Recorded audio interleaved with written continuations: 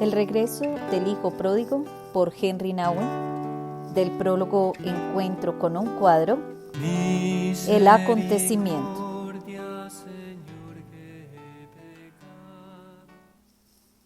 Algunas semanas después de mi visita al Hermitage en San Petersburgo, fui a el Arca de Daybreak en Toronto para vivir y trabajar como guía de la comunidad.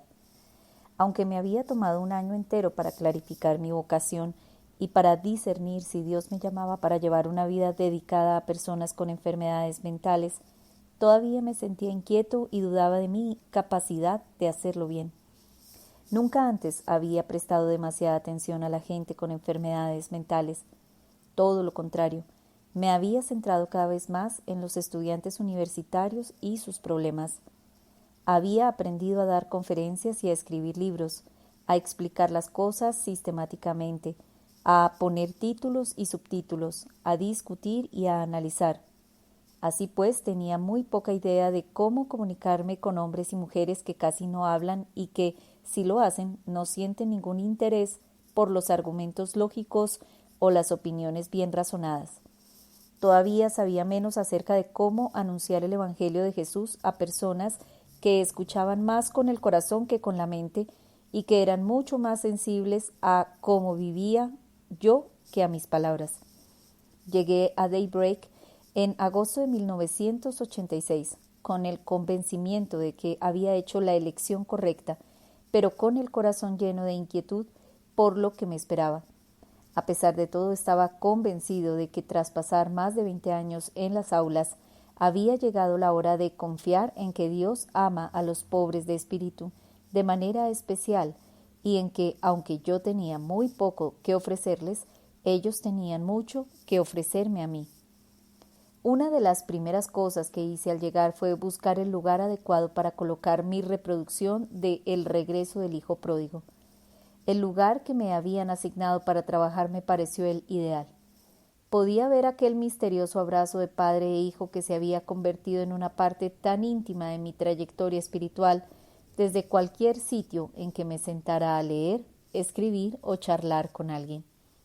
Desde mi visita al Hermitage me hice más y más consciente de las 4 figuras, 2 mujeres y 2 hombres, que estaban de pie rodeando el espacio luminoso donde el padre daba la bienvenida a su hijo.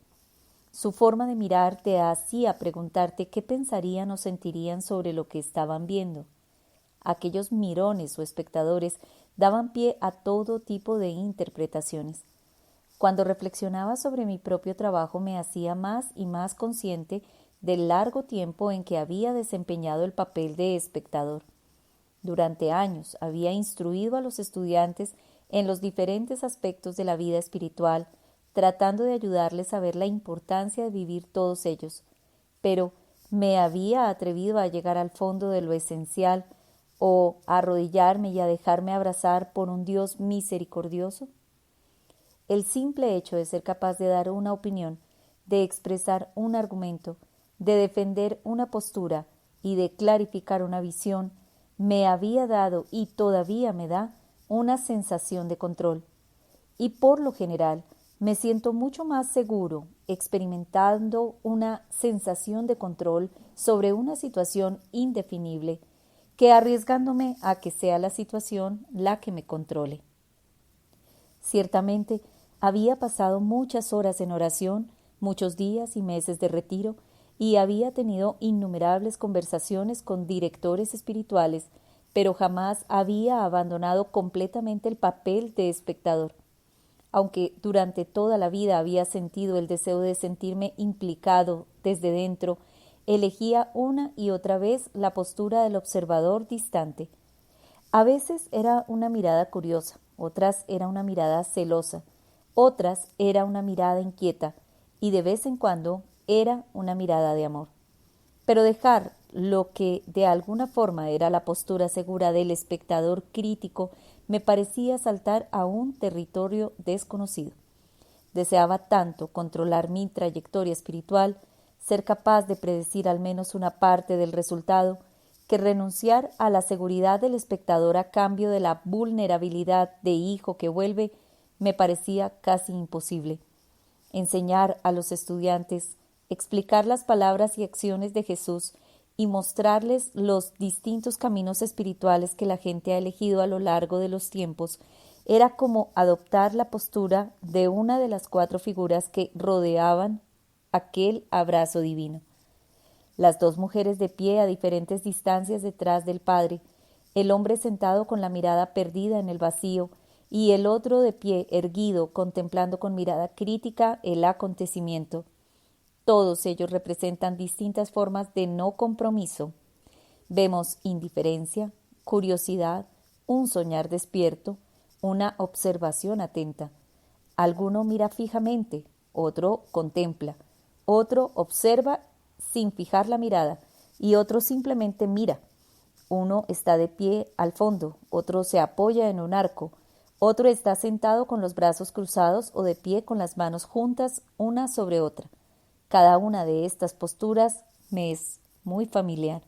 Algunas son más cómodas que otras, pero todas ellas son formas de no comprometerse. Pasar de dar clases a universitarios a vivir con enfermos mentales supuso, al menos para mí, dar un paso hacia la plataforma donde el padre abraza a su hijo arrodillado. Es el lugar de la luz, el lugar de la verdad, el lugar del amor. Es el lugar donde recibiré todo lo que deseo, todo lo que siempre he esperado, todo lo que necesitaré, pero también es el lugar donde tengo que dejar todo lo que quiero retener. Es el lugar que me enfrenta con el hecho de que aceptar de verdad el amor, el perdón y la curación es a menudo mucho más duro que entregarlo. Es el lugar más allá de lo que uno mismo puede obtener, merecer y de las recompensas que puede recibir. Es el lugar de la rendición y de la total confianza. Poco después de llegar a Daybreak, Linda, una preciosa joven con síndrome de Down, me rodeó con sus brazos y dijo: «Esto lo hace con todos los recién llegados y siempre con absoluta convicción y amor». Pero, ¿cómo recibir un abrazo así?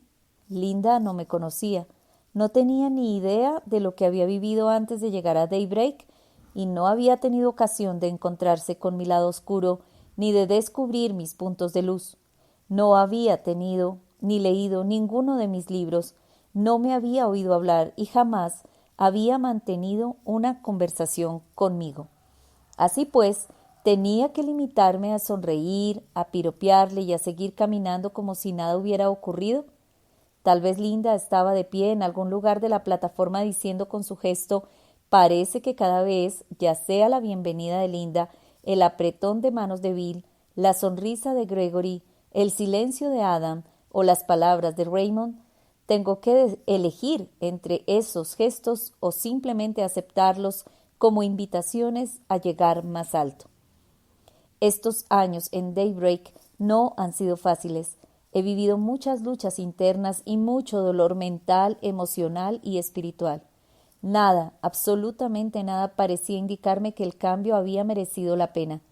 Pero el paso de Harvard a el Arca significó dar un pequeño paso en el cambio de actitud de espectador a participante, de juez a pecador arrepentido, de profesor de cómo se ama a persona que se deja amar.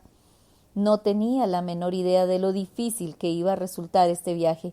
No me daba cuenta de lo profundamente arraigada que estaba en mí la resistencia y lo angustioso que sería para mí caer de rodillas y dejar que las lágrimas corrieran libremente.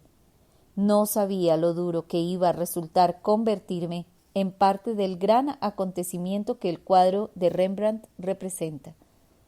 Cada pequeño paso hacia su interior era como una petición imposible, una petición que me exigía dejar de lado una vez más mi deseo de controlar, de predecir, una petición a superar el miedo de no saber a dónde me llevaría todo aquello, una petición a rendirme al amor que no conoce límites.